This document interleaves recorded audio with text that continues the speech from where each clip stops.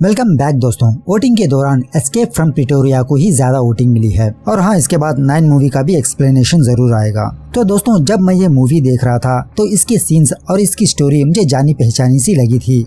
तो बहुत सोचने के बाद मुझे याद आया 3 साल पहले नेशनल ज्योग्राफिक चैनल में इसी स्टोरी का डॉक्यूमेंट्री टेलीकास्ट हुआ था। तो तभी मैंने ये स्टोरी देख ली थी और ऑफ कोर्स ये स्टोरी एक रियल इंसिडेंट से जुड़ी हुई है जो 1979 में साउथ अफ्रीका में हुई थी और उसी स्टोरी को एक बुक का रूप दिया गया था जिसका नाम था inside out escape from Pretoria prison और वो बुक 2003 में पब्लिश की गई थी जिसके लेखक थे टिम जेंकिंस, यानी वही प्रिजनर जो प्रिटोरिया की प्रिजन से भाग चुके थे। और जेंकिंस के बारे में पूरा का पूरा विकिपीडिया का पेज मौजूद है, इनका बायो हिस्ट्री पूरा उसी में है। और इतने सालों बाद उस स्टोरी को एक मूवी का रूप दिया गया है जिसका नाम है एस्केप फ्रॉम प्रिटोरिया, जिसके डायरेक्टर है फ्रांसिस एनान। और कैस्ट की बात करें तो हमारे हैरी पॉटर और बच्चे ये लोग। तो चलिए जल्द से जल्द मूवी स्टार्ट कर देते हैं। तो मूवी की शुरुआत होती है इन द ईयर ऑफ 1979, जहाँ पर साउथ अफ्रीका के लोग उनके फ्रीडम के लिए, उनके हक के लिए लड़ रहे थे, सड़कों पर आ रहे थे, रैलियां निकाल रहे थे ब्रिटिशर्स के खिलाफ। और वही आंदोलन में ब्रिटिशर्स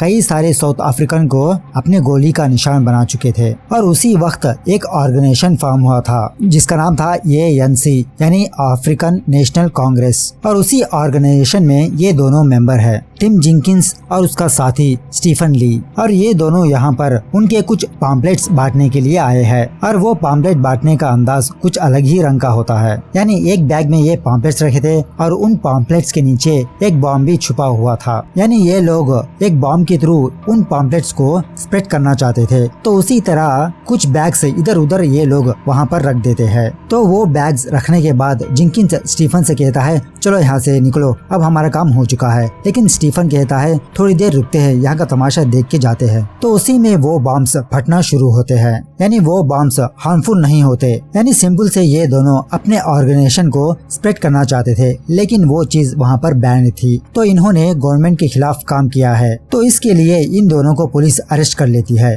और जब जेंकिंस पुलिस स्टेशन में होता है तभी जेंकिंस की गर्लफ्रेंड आती है और उसको कुछ पैसे और कुछ केमिकल्स देकर उसे किस करके वहाँ से चली जाती है। उसके बाद जेंकिंस बाथरूम में जाकर उन पैसों को और उन केमिकल्स को एक ट्यूब में रखता है और उस ट्यूब को अपने पिछवाड़े रख देता है।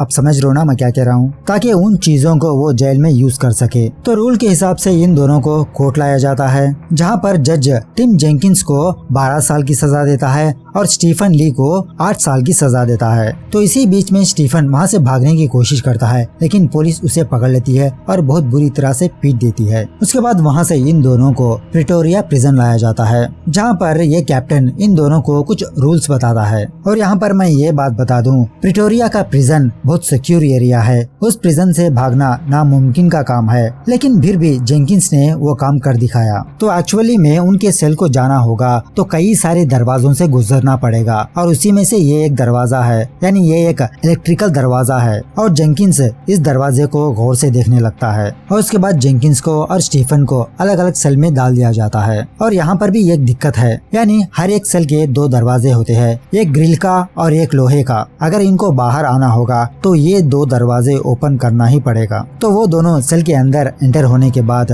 दीवार को नॉक करके एक दूसरे का हालचाल पूछते हैं। उसके बाद डे 1 यानी जेल का पहला दिन, ब्रेकफास्ट के दौरान जेंकिंस को ये बात पता चलती है कि ब्लू यूनिफॉर्म और ग्रे यूनिफॉर्म में क्या डिफरेंस है। यानी जो कैदी ब्लू ड्रेस पहने हुए है वो बहुत बड़ा क्राइम करके आए हैं और उन लोगों को बहुत लंबी सजा भी है। और उसी तरह जो ग्रे कलर के प्रिजनर्स है वो लोग छोटा जुर्म करके आए हैं और ऐसे लोगों को 10 या 12 साल की सजा होती है। तो वही ब्रेकफास्ट के वक्त इन दोनों को डेनिस मिलता है, यानी ये भी एक बहुत बड़ा पॉलिटिकल प्रिजनर है। तो उसी में डेनिस इन दोनों से पूछता है कि तुमको कितने सालों की सजा हुई है। तो वो दोनों अपना अपना सुनाते हैं और उसी में जेंकिंस डेनिस से कहता है, हम इतने देर यहाँ पर रुकने वाले नहीं है, हम यहाँ से भागने वाले हैं। लेकिन इस प्रिजन से भागना उतना आसान नहीं है। तो जॉगिंग के वक्त डेनिस उन दोनों को उस प्रिजन की सैर कराता है है, यानी कितने फीट की दीवार है, कहाँ कहाँ पर पहरेदार है, कहाँ कहाँ गार्ड्स है, कहाँ कहाँ पर लाइटें लगी हुई है। तो उसी में इन तीनों की बातें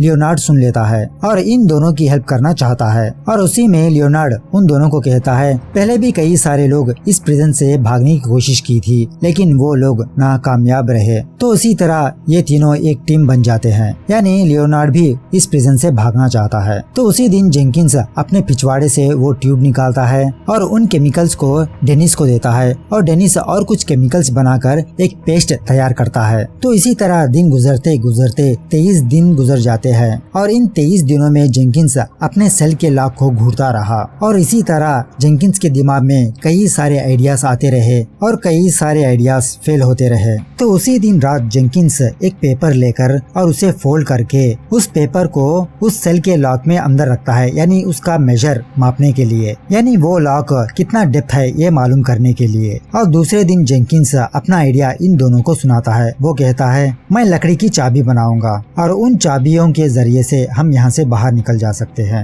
लेकिन लियोनार्ड को इसकी बातों पर यकीन नहीं होता। वो कहता है तुम्हारा प्लान फेल हो जा सकता है, क्योंकि यहाँ पर 2 या 3 दरवाजे नहीं कई सारे दरवाजे हैं और तुमको उन सारे दरवाजों का की बनाना पड़ेगा। और तुम लकड़ी की कीज कहाँ से बनाओगे? तो जेंकिंस कहता है वर्कशॉप से। तो उसी तरह हर रोज जेंकिंस जब भी इसे मौका मिलता तो वो कीज को घूरने लगता है, उन कीज को बहुत डीपली ऑब्जर्व करने लगता है। तो उसी तरह जेंकिंस अपने पेपर में उस की का नक्शा बनाता है। तो ऐसे ही करते करते 74 डेज गुजर जाते हैं। तो उसी तरह जेंकिंस वर्कशॉप में कुछ छोटी छोटी लकड़ियां लेकर कीज बनाने की कोशिश करता है कि तभी बेल रिंग होने लगती है, यानी वर्कशॉप का काम खत्म हो चुका है। अब चूंकि जेंकिंस ये सामान को अपने सेल में ले जाना चाहता है और जेंकिंस वो छोटे छोटे सामान को अपने फ्लास्क में रख देता है। तो उसी तरह वो चीजें ना हिले, इसीलिए जेंकिंस उस फ्लास्क के अंदर एक कपड़ा भी घुसेड़ देता है। तो डेली रूटीन की तरह जेलर हर एक का फ्लास्क चेक करने लगता है। तो उसी में वो जेलर जेंकिंस का भी फ्लास्क चेक करने लगता है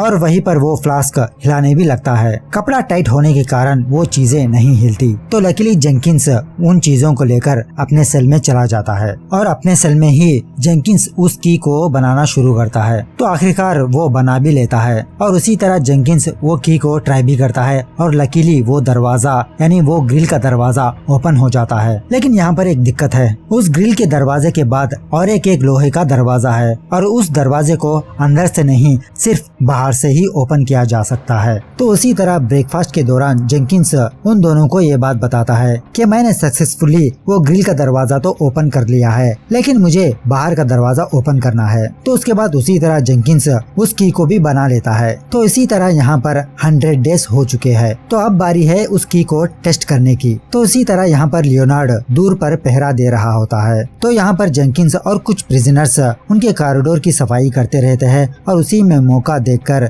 जेंकिंस उस की को ट्राई करने लगता है और जेंकिंस यहाँ पर भी सक्सेस रहता है। लेकिन जब जेंकिंस उस की को बाहर निकाल रहा होता है तब वो की टूट जाती है और उसका थोड़ा सा हिस्सा उस लॉक में ही फंस जाता है और वो लॉक खुला का खुला रह जाता है। तो किसी भी तरह करके जेंकिंस स्क्रू ड्राइवर की मदद से उस टुकड़े को निकाल देता है, लेकिन फिर भी वो लॉक खुला ही रहता है। उसके बाद यहाँ पर जेंकिंस के पसीने छूट रहे होते हैं। तो वो घबराने लगता है कि ये बात जेलर को पता चल गई तो हमारा क्या हाल होगा। तो उसी तरह उस रात वो जेलर उस दरवाजे को क्लोज करने के लिए आता है और वो लॉक ओपन हुआ देखकर ये शॉक में रह जाता है और किसी को कुछ ना बताते हुए वो लॉक क्लोज कर और वो दरवाजा क्लोज कर वहाँ से चला जाता है। तो ये देखने के बाद तब जाके जेंकिंस को थोड़ी बहुत तसल्ली होती है। तो यहाँ पर लियोनार्ड का एक छोटा सा बच्चा होता है जो कई सालों बाद लियोनार्ड अपने बच्चे से मिलता है, लेकिन वो जेलर इसके बेटे से मिलने के लिए सिर्फ आधे घंटे का वक्त दिया है। तो ये देखकर लियोनार्ड वहाँ पर बहुत गुस्सा होता है और जेलर पर चिल्लाने भी लगता है। तो इसी तरह कीज बनाते बनाते 142 डेज गुजर जाते हैं और यहाँ पर लियोनार्ड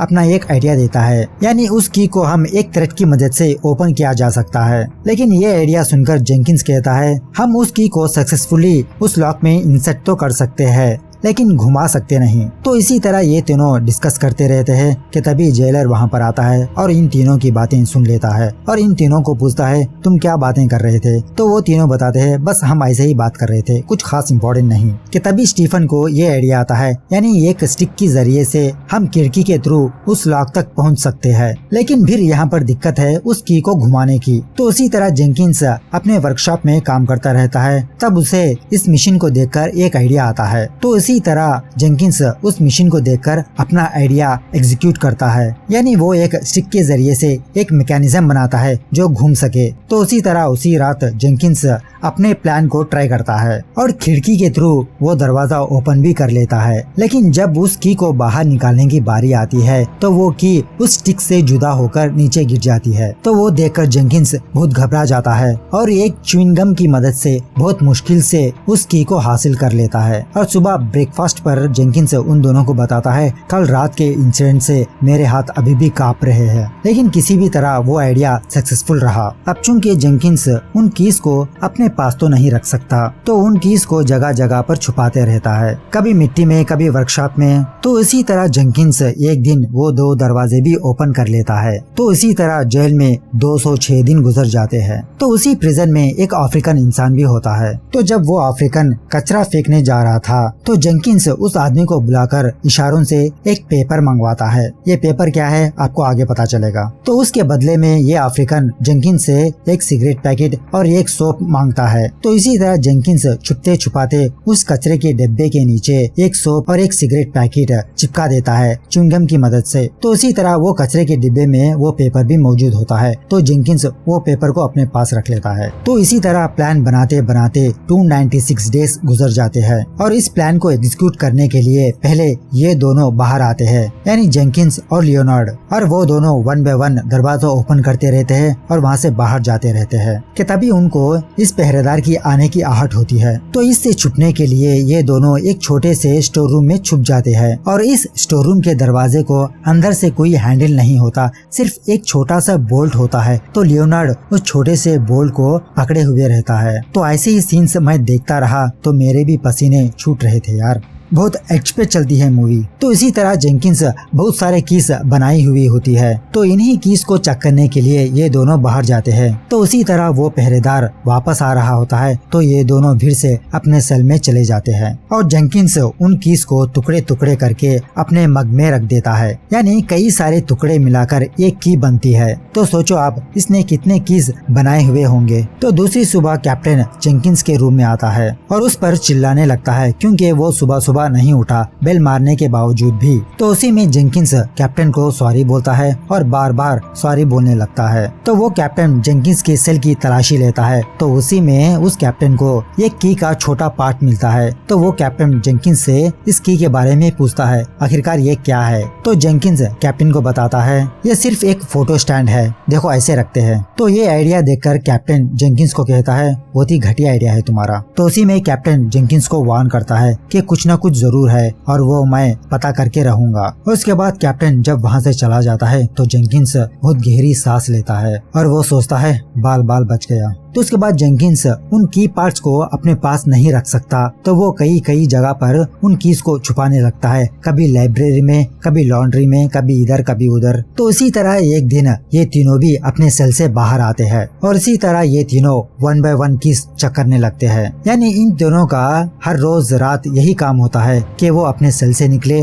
और एक दरवाजे के पास जाकर उस की को बनाए और फिर चेक करे कि वो की वर्क हो रही है या नहीं। तो इसी तरह जेल में 400 दिन बीत जाते हैं, यानी तकरीबन 1 साल के ऊपर। तो उसी में एक दिन जेंकिंस को अपने दांत की सर्जरी करवाने के लिए बाहर जाना होता है। तो उसी में जेंकिंस ये नोटिस करता है, यानी ये इलेक्ट्रिक दरवाजा एक बटन से ओपन होता है और वो बटन उस पहरेदार के ऑफिस में है। तो जेंकिंस अपने दूसरे प्रिजनर से कहता है मैंने अब तक 39 कीस बना लिया है और हर रात हम तीनों इस कीस को ट्राई करते रहते हैं। अगर तुम लोग चाहो तो तुम भी हमारे साथ आ सकते हो, लेकिन लेकिन वो प्रिजनर्स इनके साथ आने के लिए मना कर देते हैं, क्योंकि इन लोगों का डर ये था कि अगर ये लोग पकड़े जाएंगे तो इनको और कई सालों के लिए सजा हो जाएगी, जिससे ये लोग अपनी फैमिली से कभी भी मिल नहीं पाएंगे। तो जेंकिंस डेनिस से पूछने पर डेनिस भी यही बोलता है कि डेनिस उनके साथ नहीं आएगा, लेकिन उनकी हेल्प जरूर करेगा। तो एक्चुअली में वो पेपर में इस प्रिजन का प्लान था जो उस अफ्रीकन ने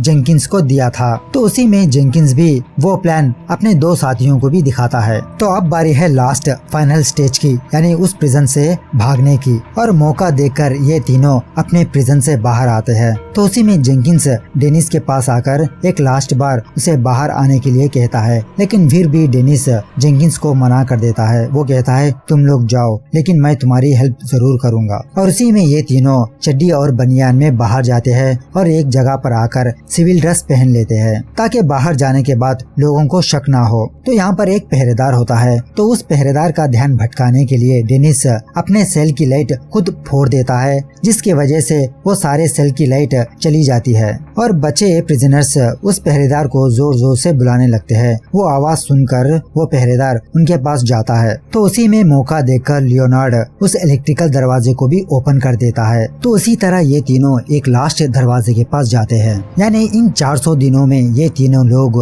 इस दरवाजे के पास पहली बार आए हैं। और जेंकिंस अपना हर की उस दरवाजे को ट्राई करता है, लेकिन कोई भी की वर्क नहीं होती। तो वो देखकर जेंकिंस उन दोनों से कहता है हमको वापस जाना होगा और आने वाले दिनों में मैं इसका भी की बना लूंगा, तब हम यहाँ से भाग सकते हैं। लेकिन लियोनार्ड को गुस्सा आता है, तो लियोनार्ड उस दरवाजे को लॉक को फोड़ देता है और सक्सेसफुली वो दरवाजा भी खुल जाता है और उस दरवाजे के थ्रू बाहर का रोड दिखाई देता है। लेकिन वहाँ पर एक गार्ड मौजूद होता है, जो ये तीनों लोग अपने शीशे की मदद से उस गार्ड को देखते हैं, कब ये मुंह पलटेगा, कब हम बाहर निकलें। तो इसी तरह ये तीनों आम आदमी की तरह बाहर निकल जाते हैं। तो वहाँ से ये तीनों एक अफ्रीकन टैक्सी वाले के पास आते हैं। तो यहाँ पर मैं ये बात बता दूं कि व्हाइट पीपुल्स और ब्लैक पीपुल्स अलग अलग कैटेगरी के होते हैं। तो ये अफ्रीकन उन तीनों को देखकर कहता है गोरे आदमियों की सवारी वहाँ पर है, लेकिन जेंकिंस कहता है हमको कोई भी फर्क नहीं पड़ता, तुम बस हमको यहाँ से निकालो। तो ये टैक्सी ड्राइवर समझ जाता है और इन तीनों को अपने कार में बिठा लेता है